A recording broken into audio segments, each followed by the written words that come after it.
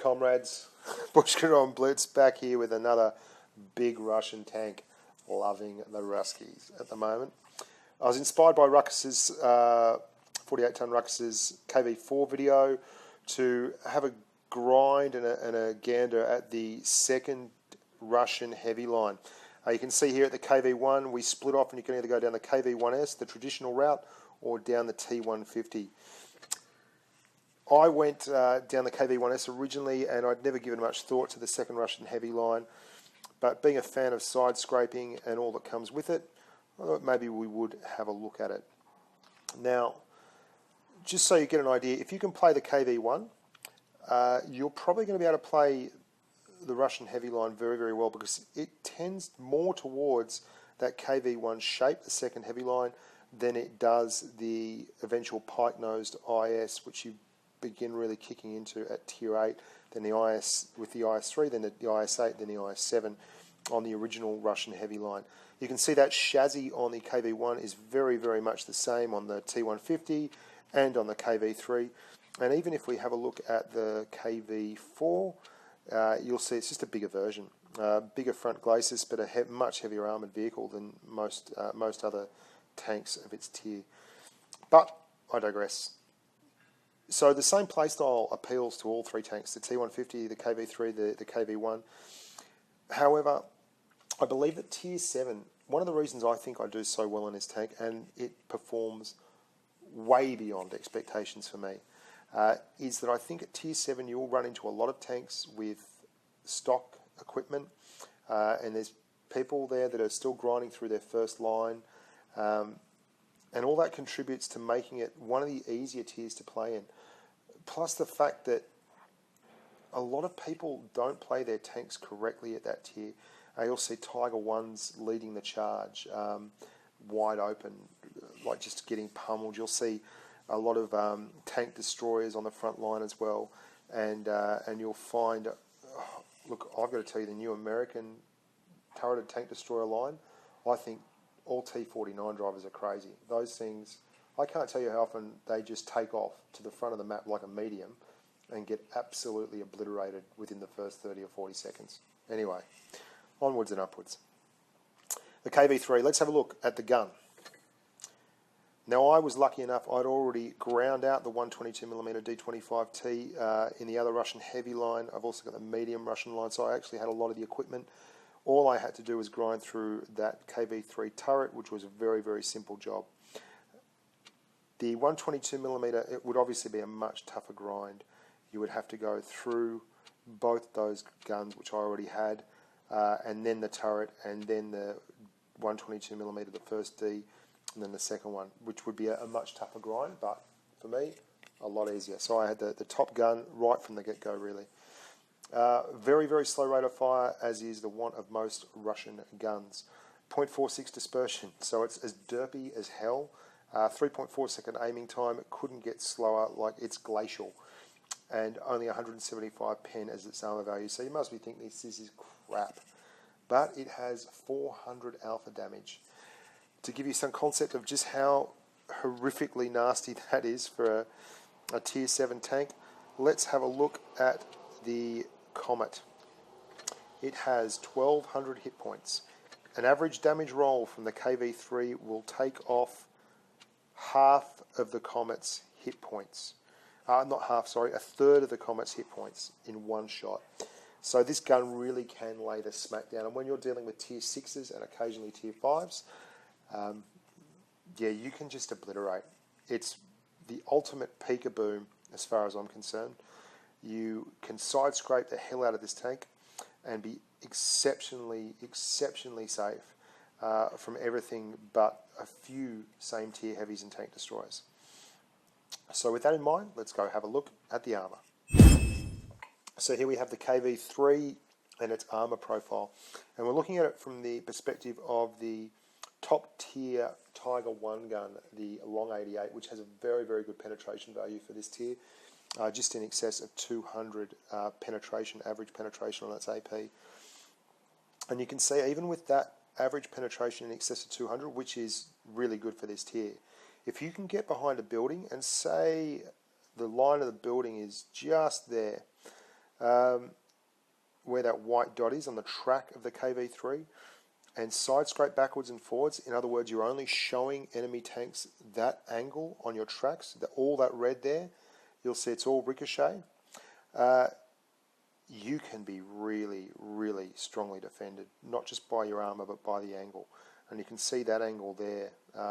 With a big turret like this, it's very hard to pen. There's very small weak spots. And if we start looking at other tanks like the...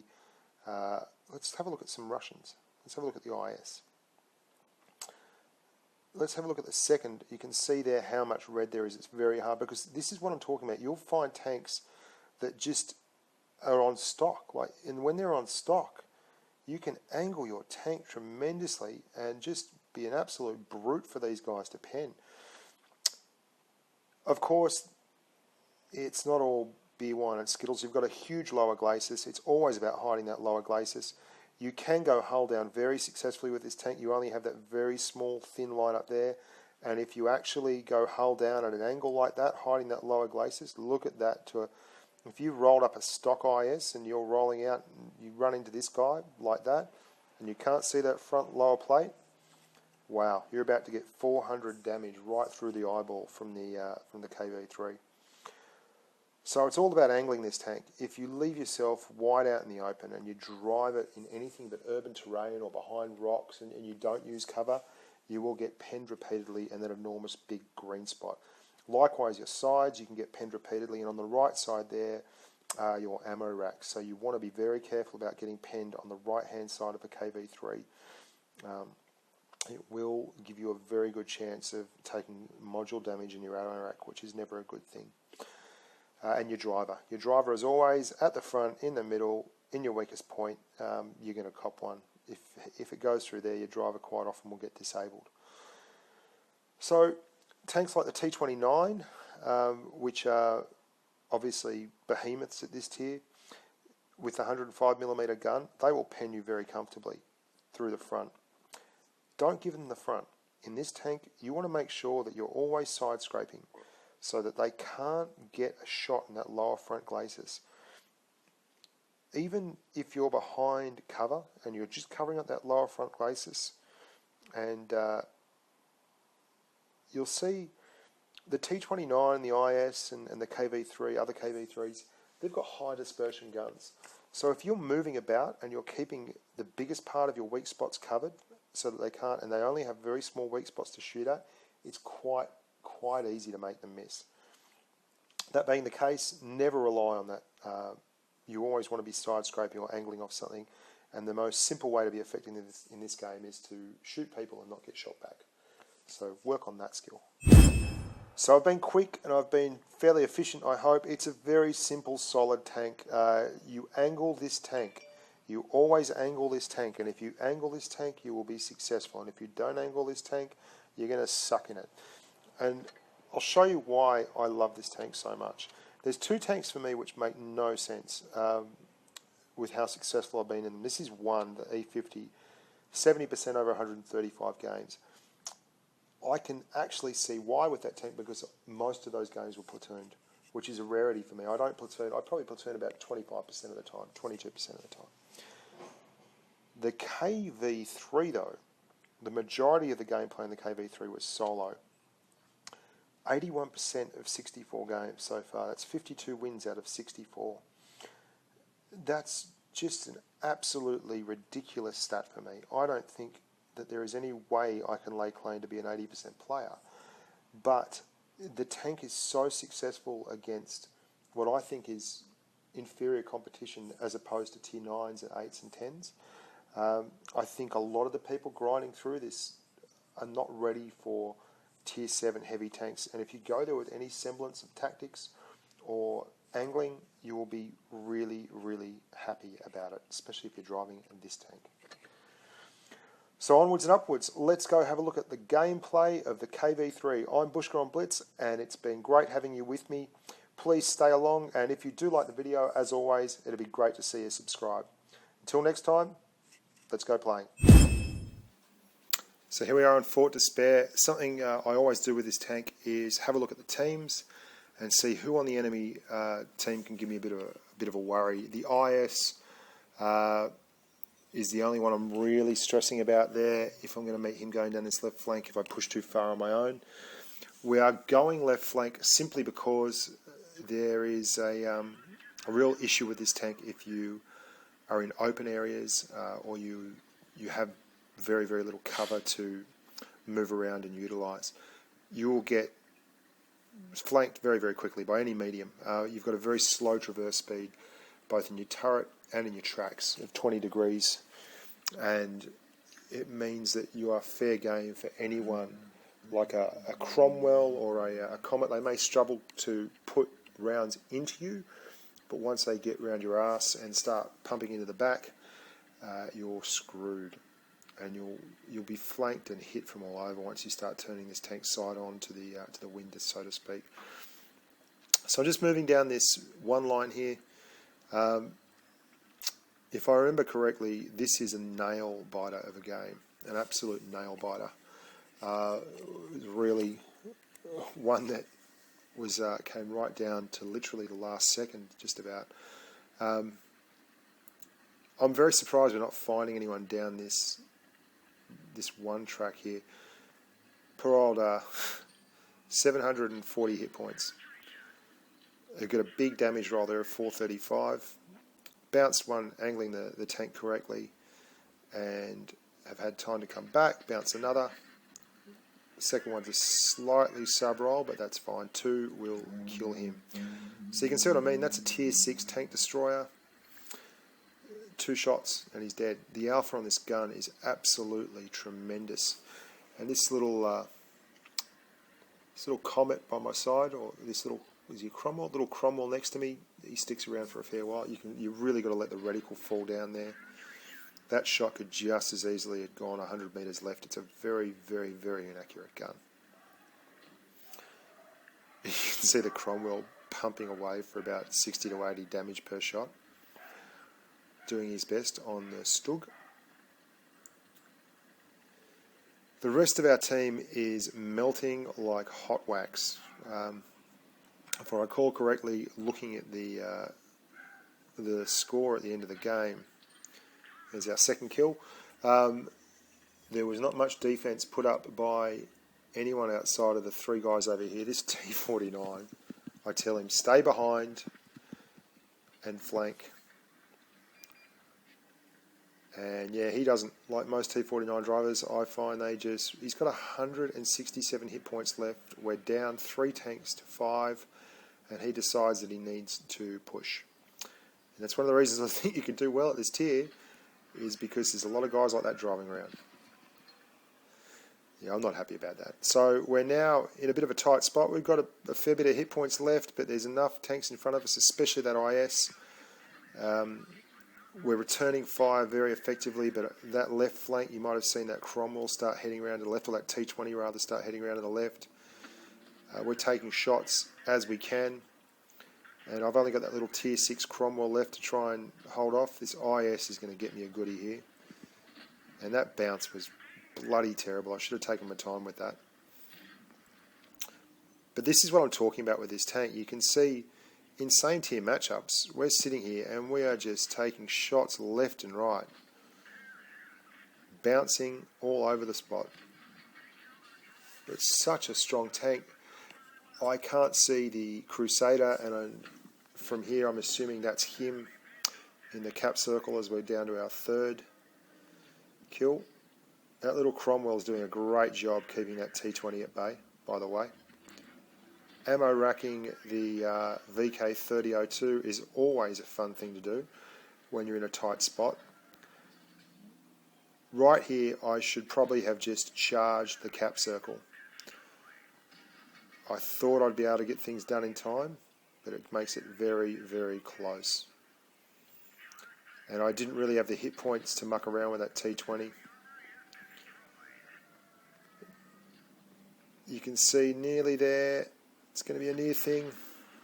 The Crusader gets me. And we miss it. But you can see how tough the tank is. It's really strong. If you angle it and you find a bit of brickwork or masonry to put that front lower glacis into, you can bounce a lot of stuff.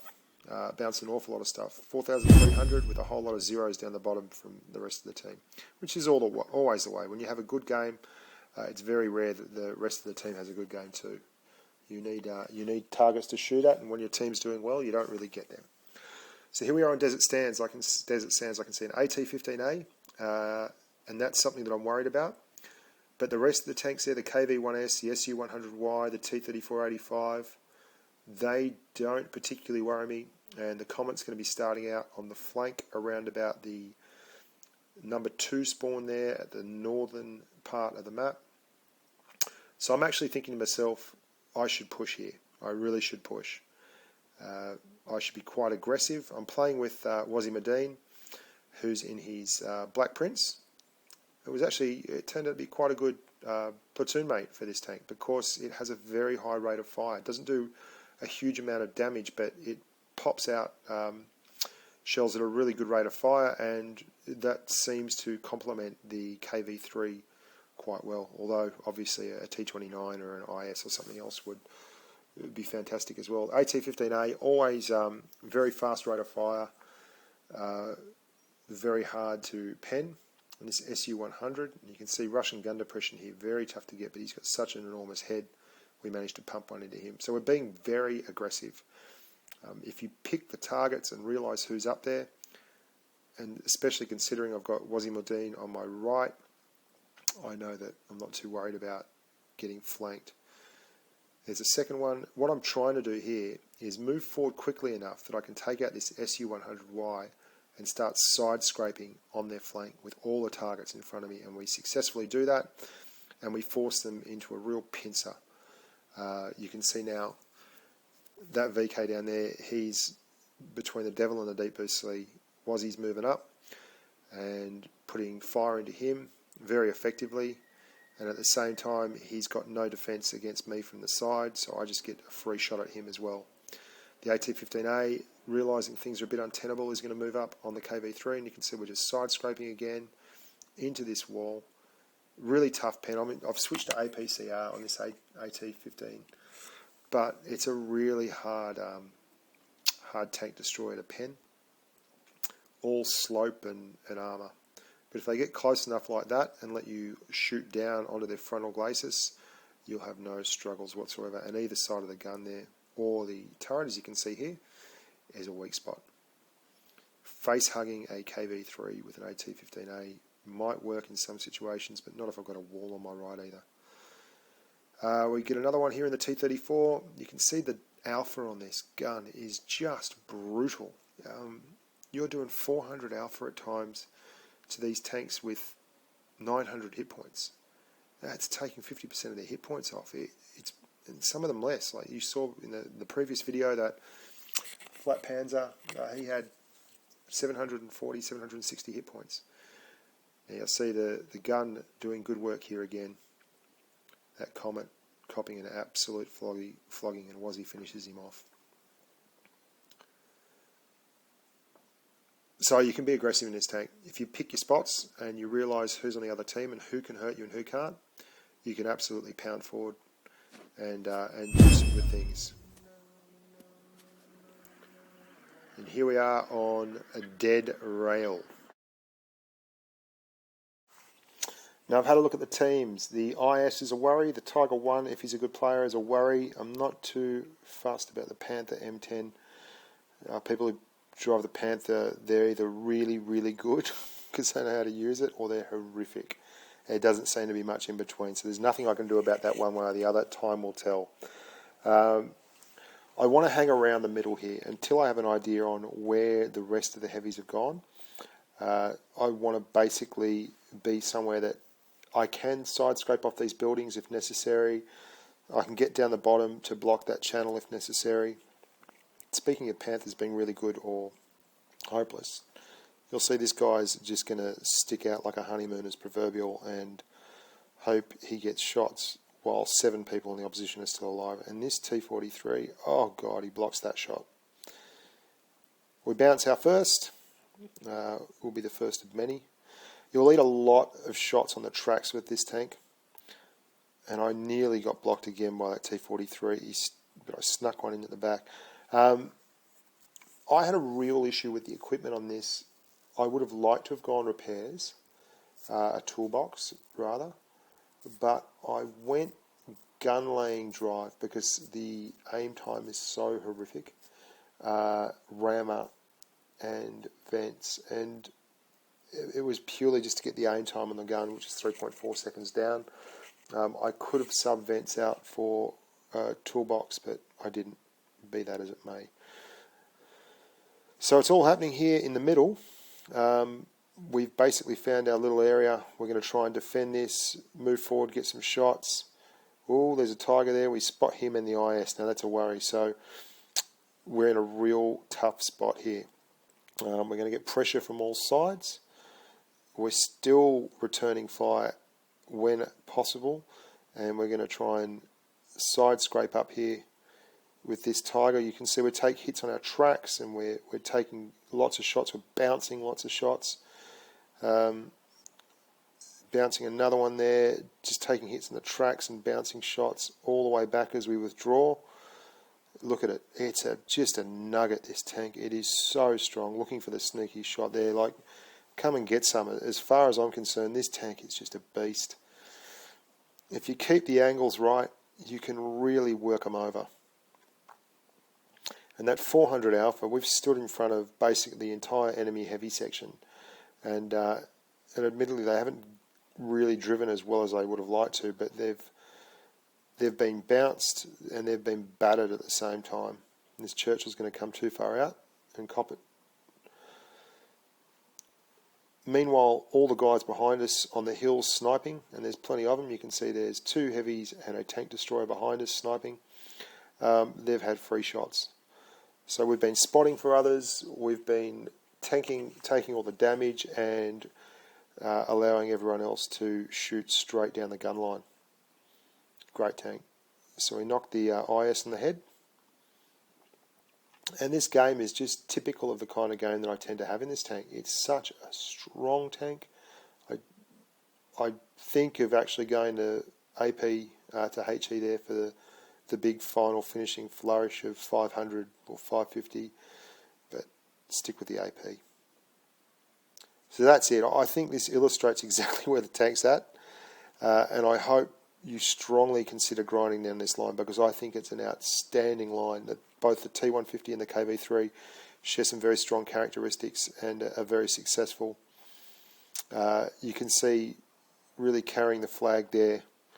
The IS and the T18 fail platoon that was hanging at the back doing nothing. They tried, God bless them, but they combined for 0 points. And after taking all those hits and still getting out there for nearly 3k damage, you can see why I love the KV3. It's just a brilliant tank. So I've been Bushka on Blitz. Hopefully that's of some assistance to you guys. As always, if you like the video, please like it or subscribe to the channel. Love to have some more names on the board there, and I look forward to giving you a hand in the near future with another video. Hopefully I'll move off the Russian heavies now and start spending my resources somewhere else. Until then, happy days, and see you out on the battlefield.